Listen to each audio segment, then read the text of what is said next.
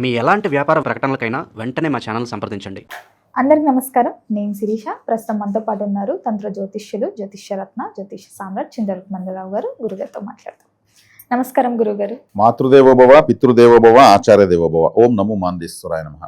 అందరూ బాగుండాలి, అందరికీ మంచి జరగాలి. గురుగారు, ఈ మే మాసంలో ధనుసు రాశి వారికి ఎలా ఉండబోతుంది అంటారు? ఎలాంటి జాగ్రత్తలు తీసుకోవచ్చు అంటారు? ఆర్థిక పరంగా, ఆరోగ్యపరంగా ఈ మే మాసం ఎలా కలిసి వస్తుంది అంటారు? అలాగే గ్రహ గోచారం కూడా ఎలా ఉందంటారు ఈ మాసం? 2026 సంవత్సరం మే మాసం ధనుసు రాశి వాళ్ళకు మాస ఫలితాలు ఎలా ఉన్నాయో తెలుసుకునే ముందు ఈ ధనుసు రాశి గురించి ఏదైనా ఒక ఆసక్తికరమైన విషయం మనం చెప్పుకున్న తర్వాత, ఆసక్తికరమైన విషయం అంటే ఉన్న విషయమే, తర్వాత మాస ఫలితాలకు వెళ్తాం. ఈ ధనస్సు అంటే ధనస్సు అంటే తెలుసు అందరికీ, ఒక విల్లు. అది ధర్మరాశి. ఈ రాశి గురువును సూచిస్తుంది, ఆలయాన్ని సూచిస్తుంది, తండ్రిని సూచిస్తుంది. అంటే ఇక్కడ ఈ రాశి వాళ్ళు యొక్క బలము, బలహీనత అనేవి ఉంటాయి. అది ఎలా ఉంటాయంటే, ఈ రాశిలో పుట్టిన, లగ్నంలో పుట్టిన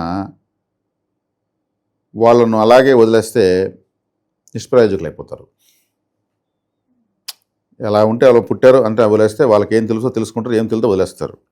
వీళ్ళని మోటివేట్ చేస్తే, మోటివేట్ అంటే ఏమి, నీ వల్ల కానిది ఏదీ లేదు, నీకు వల్ల అన్నీ అవుతాయి, నువ్వు చాలా గొప్పవాడివి, ఇది చెయ్యి నీ వల్ల అవుతుంది, ఇది చెయ్యి నువ్వు వల్ల అవుతుంది. ఏంటంటే వాళ్ళు చేయలేదంటూ లేదు ఈ ప్రపంచంలో. వాళ్ళు ఈ ప్రపంచంలో చెప్పేసేకంగా ఈ ప్రపంచంలో వాళ్ళు చెయ్యలేదంటూ ఏది లేదు, ఏమైనా చేస్తారు. అంతే వీళ్ళకి మోటివేషన్ చాలా ఇంపార్టెంట్. మోటివేట్ చేయకపోతే మళ్ళీ మామూలుగా వస్తాం, సాధారణంగా ఉండిపోతారు, అందరిలాగా ఉండిపోతారు.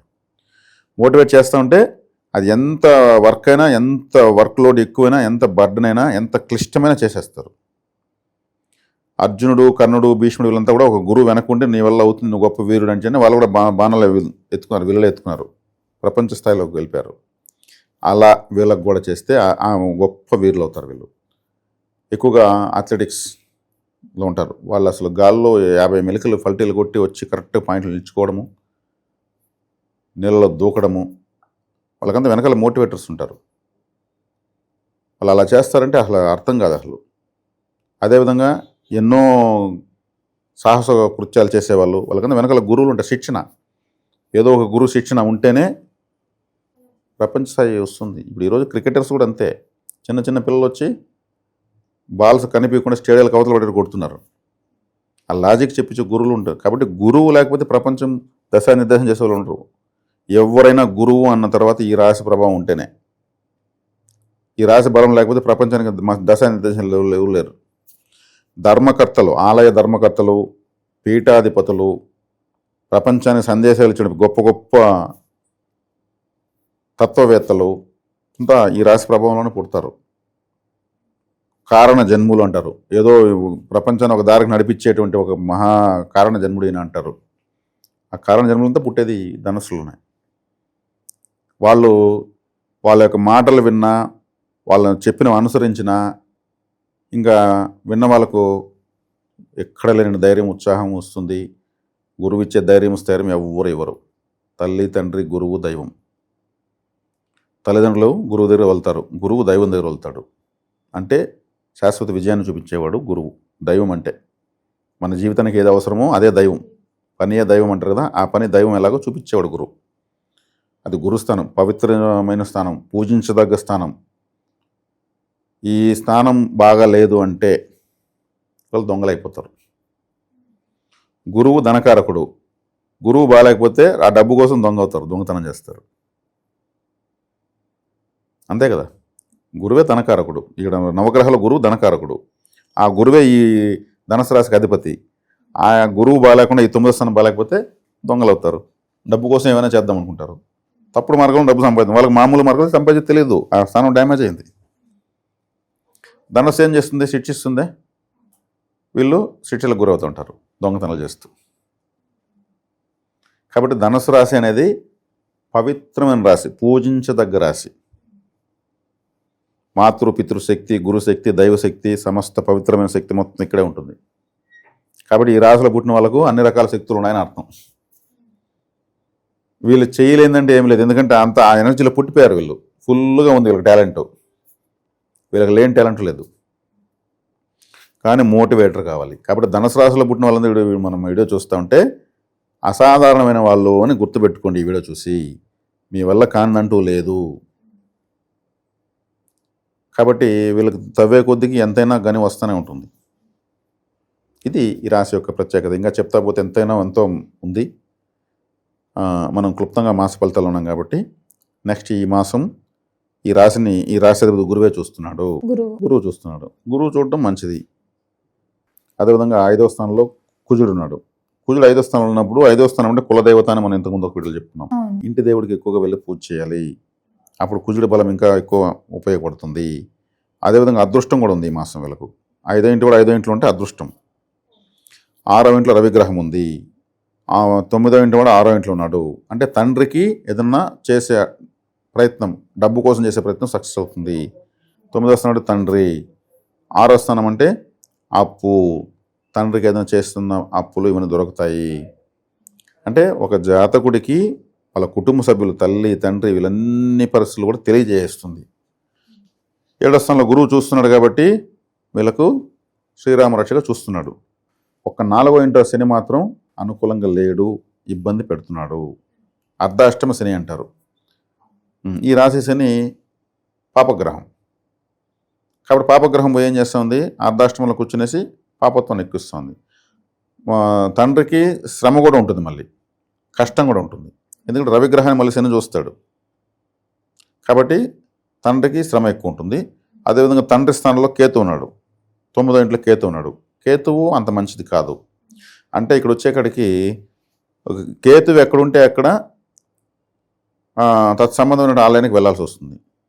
9వ స్థానం ఉన్నప్పుడు గురువులను ఎక్కువ పూజించడము, తన చిన్నప్పుడు చదువుకున్నటువంటి గురువులు ఎవరైనా ఉంటే ముసలి వాళ్ళు అయిపోయింటే సరిగ్గా కనిపించకుండా వినిపించకుండా ఉంటే వాళ్ళని వెళ్ళి వాళ్ళ గట్టిగా చెప్పి, నేను నీకు సౌండ్స్ ఇయర్లు నేను స్టూడెంట్ని, అప్పుడు అలా కొట్టేవాడివి తిట్టేవాడివి, నాకు ఇలా మార్కులు వేసి అన్నీ చెప్పి గుర్తు చేసి వాళ్ళతో ఒక ఫోటో పట్టుకొని వాళ్ళకు బట్టలు పెట్టి చెప్పులు వేసి వాళ్ళని చక్కగా సత్కారము అంటారు, గురు సత్కారం చేసి రావడం చాలా మంచిది. లేదా వాళ్ళు లేరంటే వాళ్ళ గురువు పత్ని ఉంటే ఆమెకు,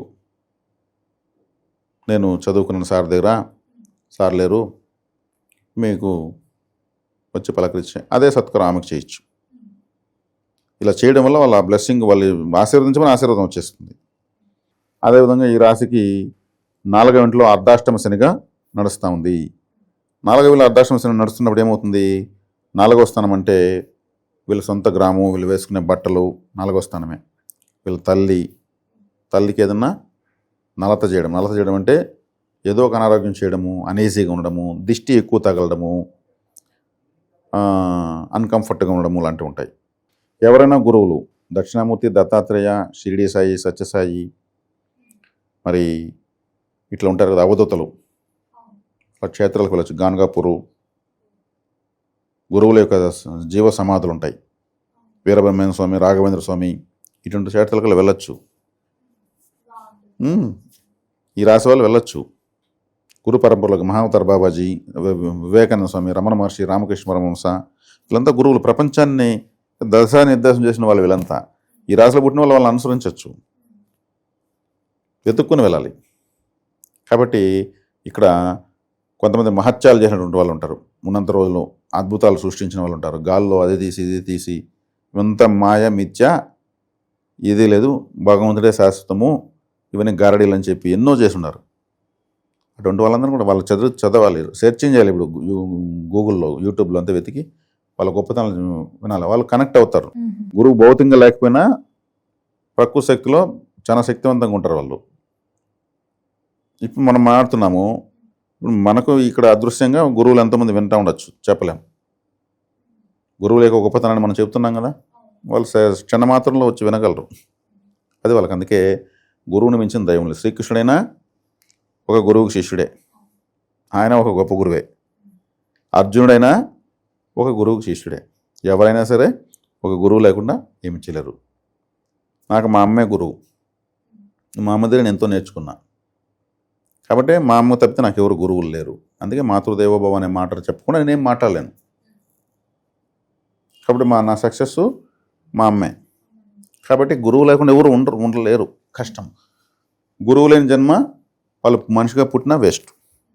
కాబట్టి ఈ ధనుసు రాశికి ఈ మాసం ఏదైనా గురుక్షేత్రాలు సందర్శించాల్సిందే, కంపల్సరీ పుణ్యక్షేత్రాలు, అది కూడా జీవ సమాధులు సందర్శించాల్సిందే. సందర్శిస్తే వీళ్ళకి మంచి ఫలితం ఉంటుంది. వీళ్ళు ఎప్పుడు ఖాళీగా ఉండకూడదు. నాకు ఈ మాసం ఎట్టుంది, యూట్యూబ్లో ఎవరేం చెప్పారు, పంచాంగంలో ఏముంది, నా జాతకంలో ఏముంది, ఇవంతా వీళ్ళు చేయకూడదు. వీళ్ళు ఏదో ఒక రీసెర్చ్, ఏదో ఒక ప్రయత్నం, అసాధ్యమైన విషయం ఏదో, నేను ఒక సైంటిస్ట్ కావాలి, ఆకాశంలో రాకెట్ పంపించాలి, నేను ఒక సైంటిస్ట్ కావాలి, చంద్రమండలంలో అడుగు పెట్టాలి, ఇట్లా స్థాయిలో ఆలోచించాలని నేను చెప్తున్నా.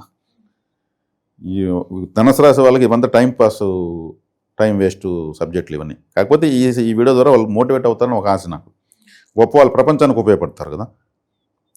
వీళ్ళు ఎంతో నేర్చుకునేదానికి పుట్టారు, ఎంతో ప్రదర్శించేదానికి పుట్టారు, ఎంతో మందికి ఆదర్శమేదానికి పుట్టారు, ఎవరు చేయలేని చేసేదానికి పుట్టిన వాళ్ళు వీళ్ళు అంటున్నాం. తండ్రి వీళ్ళకు బాగా కలిసి వస్తాడు.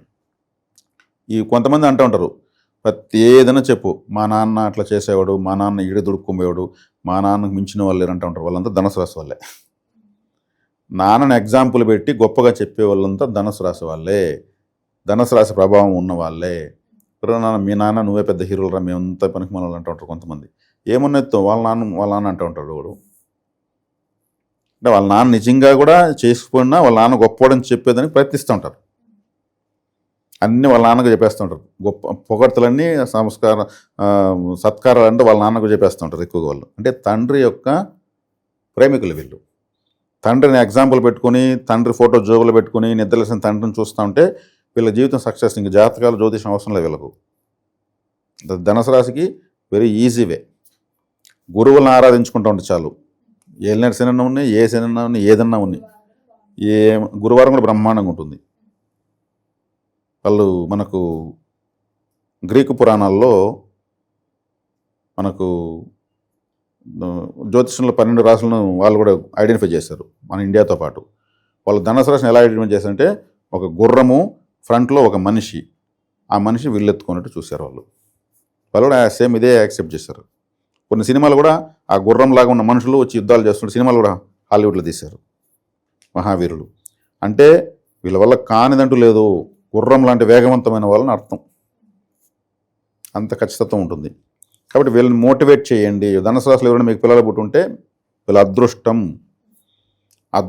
వాళ్ళు ఎంతో తెలియకుండా అన్ని రకాలుగా పుణ్యం చేస్తుంటేనే ధనుసు రాశిలో ఉన్న పిల్లలు మీకు పుడతారు. ఈ వీడియో చూసినటువంటి తల్లిదండ్రులకు ఎవరికైనా సరే ధనుసు రాశిలో పిల్లలు పుట్టున్నా, ధనుసు లగ్నంలో పుట్టున్నా బాగా మోటివేట్ చేయండి. మోటివేట్ చేస్తే వాళ్ళు ఈజీ చేసి అడగలు పెడతారు.